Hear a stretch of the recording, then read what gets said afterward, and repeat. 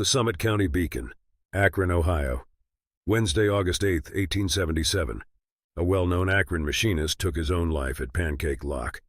Early last evening, word was brought to this city that George W. Pomeroy, a well-known machinist living on Water Street, had committed self-harm at Pancake Lock on the Ohio Canal, about 8 miles north of Akron.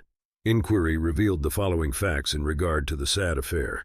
About 2 weeks ago, Pomeroy, while under the influence of liquor, drove his family from the house, and since that time Mrs. Pomeroy, an estimable lady, has been living in a house on the opposite side of the street, cooking and sending meals over to her husband. Yesterday about noon, George Pomeroy appeared at Mrs. Pomeroy's temporary home and, after partaking of dinner, asked her to go back and live with him. The wife replied that she could not at the present time, but advised him to go away, and if, on coming back, he showed signs of reformation, she would return to his house. At this, Pomeroy went away. It seems that his next move was to go to the canal, where he obtained a job driving the canal boat mules owned by Captain Patrick Kilbuck.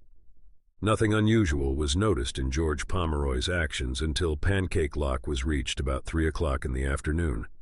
Here, soon after the passage of the boat through the lock, he was noticed by the steersman to leave the horses and lying down in a fence corner, holding a large jackknife.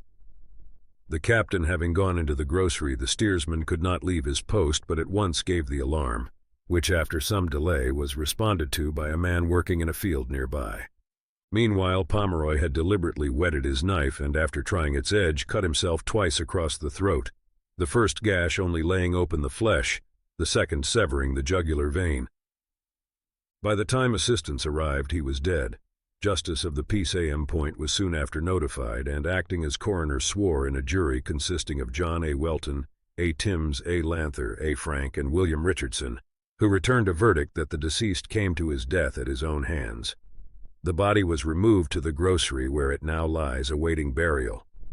A small sum of money, $2.60, was found in the pockets.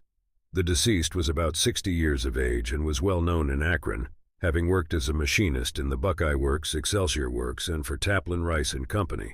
When sober, he was a kind husband and father, but he had the misfortune to possess an insatiable appetite for liquor.